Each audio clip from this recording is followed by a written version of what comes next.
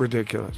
Ridiculous, but I bet it was for a significant amount of money. Still ridiculous. Yeah, but fun. I'd watch it. Look, Jake Paul wants to test himself against actual, not just world champion, but one of the greatest of all time. Fought, and it wasn't fixed, Jake Paul would not survive 45 seconds. I don't know about that. I think it would take a few rounds. Really? But yeah. First of all, Jake is a lot bigger. Jake's a lot bigger. But what way would they fight? Not about the number.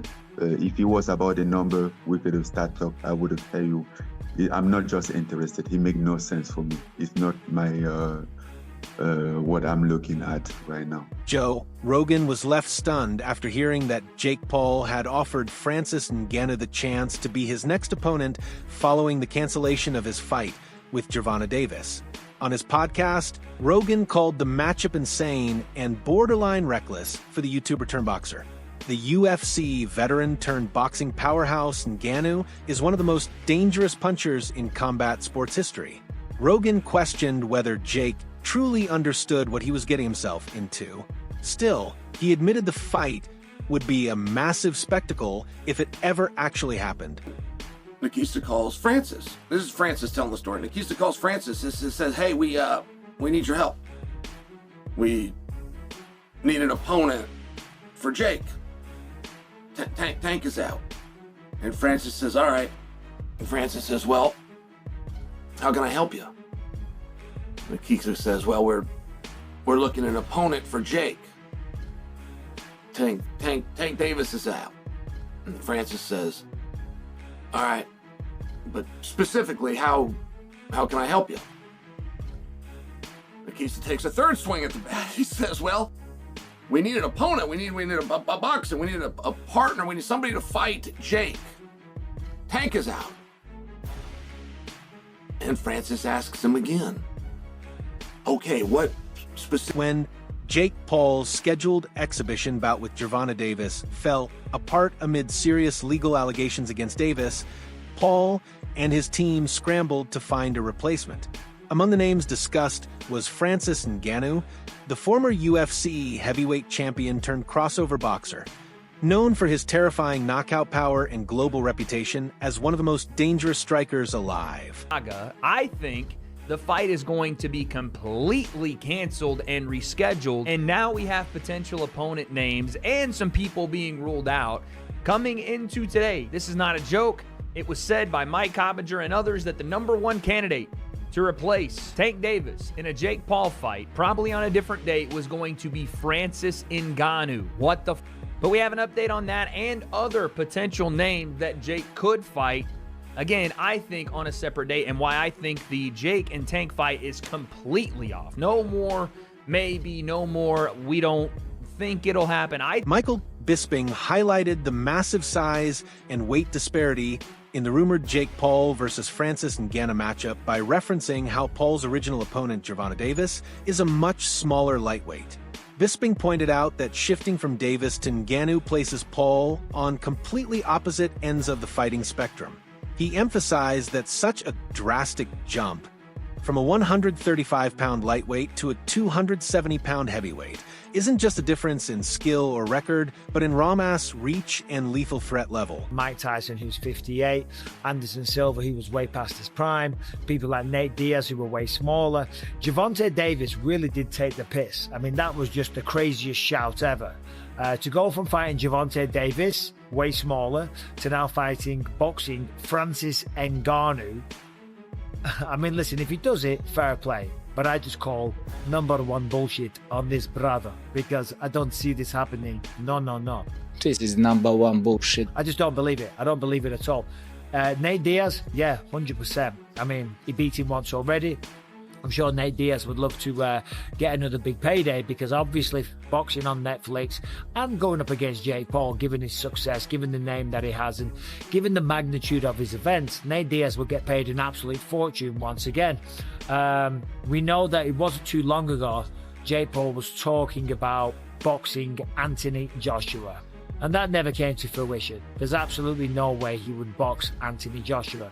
If he did, if he was to do something like that, whether it be Anthony Joshua or Francis Ngannou, I'd give him his props, I'd give him his credit. And you never know.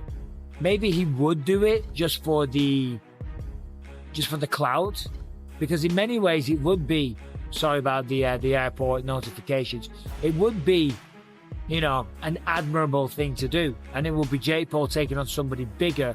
According to Francis Ngannou, Jake Paul's team's outreach to him about stepping in as Davis's replacement caught him completely off guard.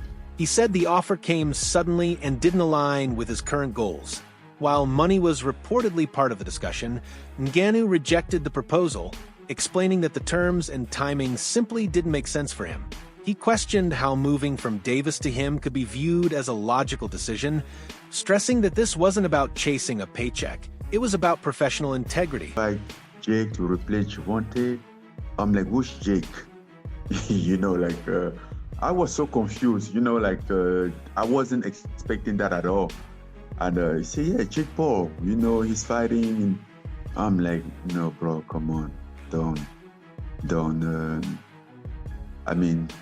Don't disrespect me like that. And then they even say like, they even come out after and say, and what if the number are good? He sent out some number. I'm like, it's not about the number.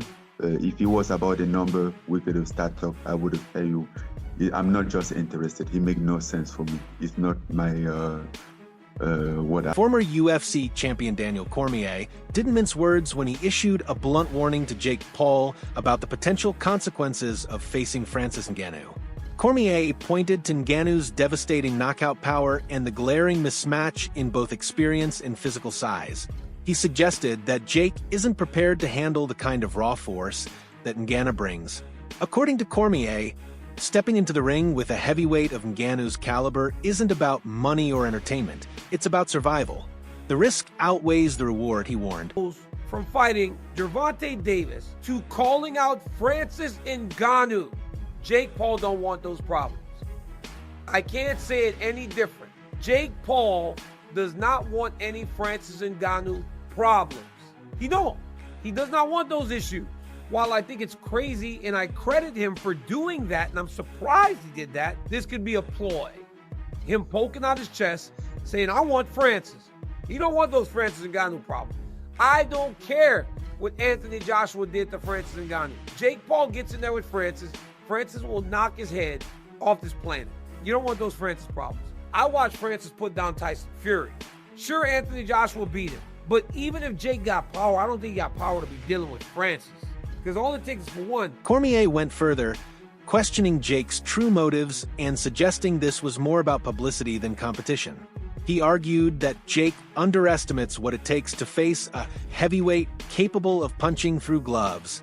In MMA, Ngannou's power is the stuff of legend, but in boxing, where the gloves are smaller and the strikes more focused, that power becomes even more dangerous. Cormier cautioned that if Jake enters the ring without understanding the difference between MMA striking and boxing defense, it could be a very short night for him. Right? Boxing is much different than mixed martial arts. The target audience might be the same, but the demographics different. The places where people are brought up are different. There's bigger entourages in boxing. It's just a different world in boxing. We've known that from the very beginning. We know that Gervonta Davis was not going to just play to Jake Paul's rules. I still don't know exactly why this thing is falling apart, but it is falling apart bad. It is bursting at the seams. We are almost exactly where we should have never started. This should have never gotten started. But it did. But we are almost now exactly where we need to be in the fight, and that's it. Several analysts have also flagged the idea of Jake Paul facing Francis Ngannou on short notice as an extremely risky move, not just for Paul, but for the entire fight narrative. They pointed out that after Gervonta Davis's withdrawal, Jake's team quickly approached Ngannou, but as the former UFC champion himself said, the timing made no sense for his career path. From a strategic standpoint, analysts agree that Jake would have virtually no time to prepare for a heavyweight with Ngannou's elite power and experience. Many have compared the proposed Paul-Ngannou fight to the recent Tyson Fury versus Francis Ngannou crossover bout, both representing a collision between spectacle and danger. In that fight, even Fury, the heavyweight champion, admitted that Ngannou gave him one of the toughest battles of his entire career. What's interesting about this is, okay, if they push it back to December, then that's slightly different. But this is the kind of one situation where you're kind of 10 days out, 2 weeks out from a fight, whenever they first got wind of this problem.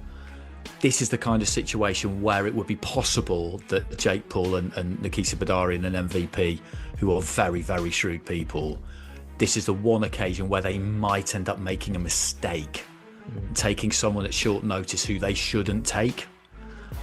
Because there'd be a whole raft of people putting their hand up for it, wouldn't they? Thinking, I'll take him at short notice. I'll make out that I've been sitting on a beach, eating and drinking for the last 6 months. But anything just to get in there with him, and then on the night, I'm gonna knock his head off. There'll be loads of people putting their hand up for this, and you'd have to be incredibly careful about who you took at short notice, because for it to have any kind of meaning, you would need to take a decent opponent at short notice, because obviously they're up against it because it's short notice. You couldn't take some barely warm body at short notice, because that would be even worse than giving them full notice.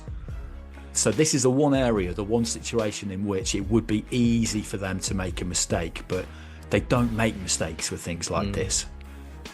They just don't. So yeah, I'm not surprised that they haven't been tempted into, somebody. Yeah, Ngannou, that'd be a mistake. It'd be such a mistake. I know he got flattened by Joshua, but so what? Joshua was a 2-time unified champion of the world, and Ngannou's 270 pounds of absolute granite. That would have been a terrible, terrible mistake if they'd given him the fight. And he dropped, like, people. I know, my opinion, Tyson Fury won that fight with Ngannou, but he still put Tyson Fury. He was close.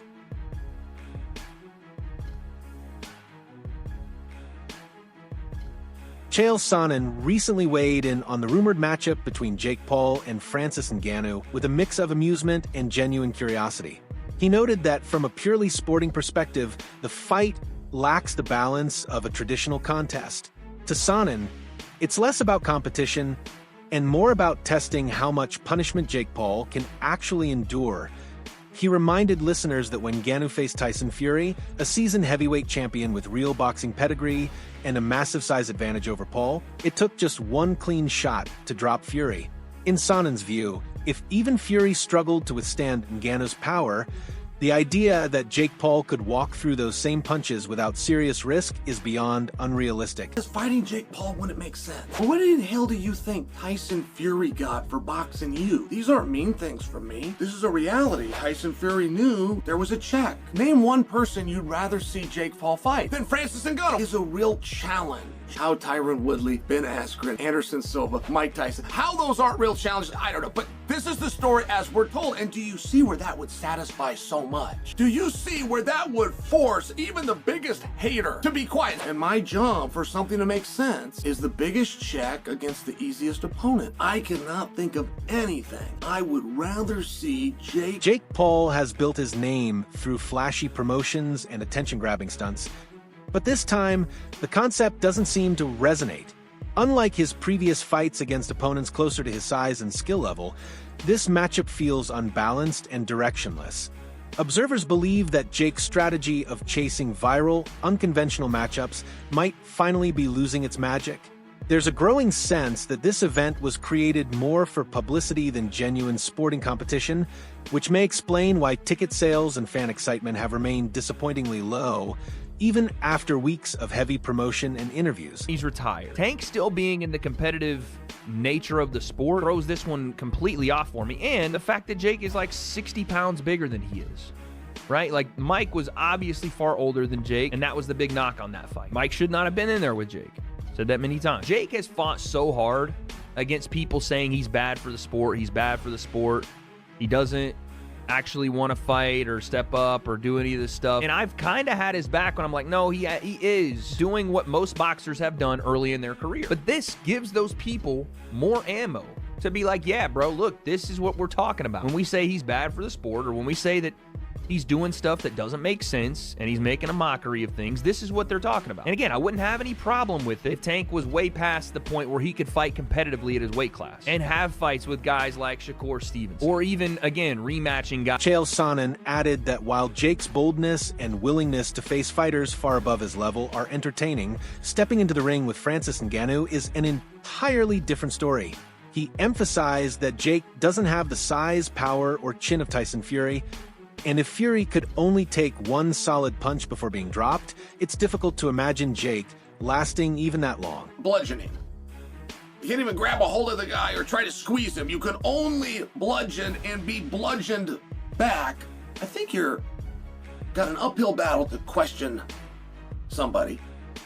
But they have been very effective in doing just that to Jake. Hey, you start with this NBA guy, and then even those MMA guys, they're not boxers. And then when you got around to the boxers, but they weren't current boxers. Then when you get around to the current boxers, they're not big enough boxers. And I just loved it. When I heard that Francis Ngannou might be going against Jake, I loved it. I mean, what's that gonna look like? How many of those shots from Francis can you take? Tyson Fury, if you're talking clean, Tyson Fury only took one. Everything else, Tyson was able to roll with. Big Francis only had to hit him one time. That's like... Former world champion Tim Bradley also weighed in, highlighting how the cancellation of the planned Gervonta Davis versus Jake Paul fight had ripple effects far beyond the fighters themselves. Bradley explained that promoters, broadcasters, venues, sponsors, and marketing partners all lost substantial sums when the event collapsed. The fight had been projected to generate massive pay-per-view numbers and major sponsorship revenue, but the legal issues surrounding Davis forced networks to distance themselves and brands to protect their public image. Tank, real quick. You gotta be the dumbest dude, in the history of boxing, bro. $40 million, dog, down the drain. You gotta be the dumbest dude I've ever seen in the history of boxing, bro. Seriously. I'm like, $40 million, bro. Wealth. Literally wealth, bro. Going down the drain. I don't understand it. I can't make it. I don't understand it. But I'll tell you this. MVP promotions, whatever the hell y'all call it, most valuable promotions, shit, more like rookie promotions. Yeah, more like rookie promotions. You didn't know what you were dealing with. You had no clue. This has always been down Tank's alley, man. Now, let me just say one thing. By the time the fight was canceled, millions had already been spent on production, promotion, and logistics, money that's now effectively gone. Bradley used this example to expose the fragile nature of boxing's business side. When one fighter's reputation collapses, everyone involved pays the price. The potential Jake Paul versus Francis Ngannou showdown highlights an extreme contrast in size and power, one that would require a completely new approach from Paul. Ngannou, a heavyweight who typically weighs around 260 pounds, brings a level of raw strength that rivals the hardest punchers in combat sports. Meanwhile, Jake has spent his career fighting much lighter opponents, relying on speed, movement, and showmanship rather than survival instincts. To even begin to compete with Ngannou, Paul's training would need a total overhaul, increasing muscle mass, building durability, and re-engineering his footwork, sparring partners, and overall conditioning day. As analysts point out, what works against smaller opponents won't work here. Against Ngannou, a man who hits like a freight train, Jake would need months of specialized preparation under elite trainers just to make the fight remotely competitive. It would be something unique. It would be something incredible. It's the same reason that I would be intrigued by a Jake Paul versus Anthony Joshua fight, although I would never advise Jake Paul to take a Anthony Joshua fight. I wouldn't advise him to take a Francis Ngannou fight either, because as much as Anthony is far better, which we saw when they actually fought, Joshua slept Francis Ngannou quicker than me after 2 melatonin. It was quick, fast, in a hurry, completely dominant. But we also saw Francis Ngannou go toe-to-toe with the heavyweight champion of the world at that time. Yes, he was out of shape. We understand that. But Tyson Fury on that night got the shock of his life when Francis Ngannou not only went toe-to-toe, but put him down and danced on him. To this day, I think that fight could have gone Francis's way. Point being, there are levels to this shit. not just in boxing, but in combat in general. And the size difference Francis would have over Jake would be incredible, but it would have been a great event, and a lot of people would have tuned in. Francis, though, is saying that's not happening. How can they go from like Gervonta Davis to Francis Ngannou? Like, I mean, Gervonta Davis is a fantastic boxer, but and is a one-shot knockout artist. But come on, like the weight different and everything, it make no sense. It's a good point. I mean, obviously, Francis is right about the weight difference, but it's a good point in general for what do you do next? Jake has sparred guys like Shakur Stevenson, Ray Ford, Montana Love to try to prepare for Tank Davis. And even if you book this fight on December 12th or December 19th, that's still a completely different fight than you were going into. Completely different matchup, size-wise, skill-wise, the things that you're going to need to even try to compete if it's... So, the question remains, is this matchup a thrilling, high-risk spectacle that could shock the world, or a dangerous mismatch that should never happen? Drop your thoughts in the comments below.